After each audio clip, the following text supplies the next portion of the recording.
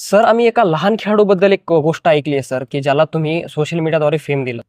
तर त्याबद्दल जरा सांगा सर आम्हाला. फेम म्हणजे बघा, आता कसं बोलायला गेलं तर माझं एक व्हिडिओ काढण्याचा इंटेन्शन होता. मेहनत त्याची आहे. जो त्या दिवशी तो ग्राउंडला खेळला त्याच्या मागे 4 वर्ष त्यांनी मेहनत केली आणि जी त्यांनी मेहनत केली ती त्याच्या म्हणजे लोकांच्या नजरेत आली. राहिलंच फक्त की मी तो व्हिडिओ काढला.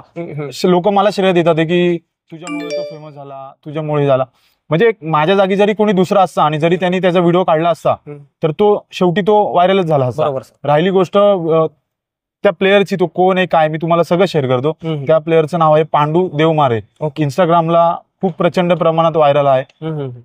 प्रचंड प्रमाणात तो म्हणजे खेळाडू, स्किल, लहान लहान मुलं त्याच्या नावाने फोन करतात. मला पण फोन येतात त्याच्या नावाने की पांडू देवमारेला भेटायचंय, कोण आहे काय. पण खूप साधा घरातला मुलगा आहे. माझ्याकडे तो आला, दादा मला व्हिडिओ करायचा आहे, माझी इच्छा आहे. म्हणजे माझा गेम बघा, तो मला डायरेक्ट कॉन्फिडन्स मध्ये बोलला की दादा माझा व्हिडिओ काढायचा आहे, मला तुम्ही माझा एक व्हिडिओ काढा. मी बोललो मी तुम्हाला माहिती आहे म्हणजे एका व्हिडिओचे चार्जेस का असतील वगैरे ते मी बोलतो. तसं मी असंच त्याला मी बोललो की मी पेमेंट घेतो, म्हणजे मी असंच बोललो मी पेमेंट घेतो व्हिडिओचं. बोलतो दादा माझा गेम बघा, तुम्ही फक्त गेम बघा, माझा व्हिडिओ नका काढू, माझा गेम बघा. मी त्याचा गेम बघितला, पहिलीच रेड बघितली, मी डायरेक्ट माझ्या खिशातला मोबाईल काढला आणि त्याचे व्हिडिओ काढायला सुरुवात केली. 3 मॅचचे त्याचे व्हिडिओ काढले.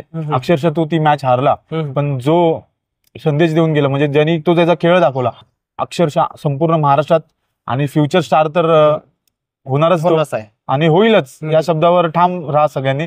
आणि खूप म्हणजे ऑल द बेस्ट पांडू तुला, आणि आवडता प्लेअर माझा तो पण. सर, पांडू सारखे अजून हजारो खेळाडू तुम्ही पुढे आणावेत अशी आमची इच्छा आहे.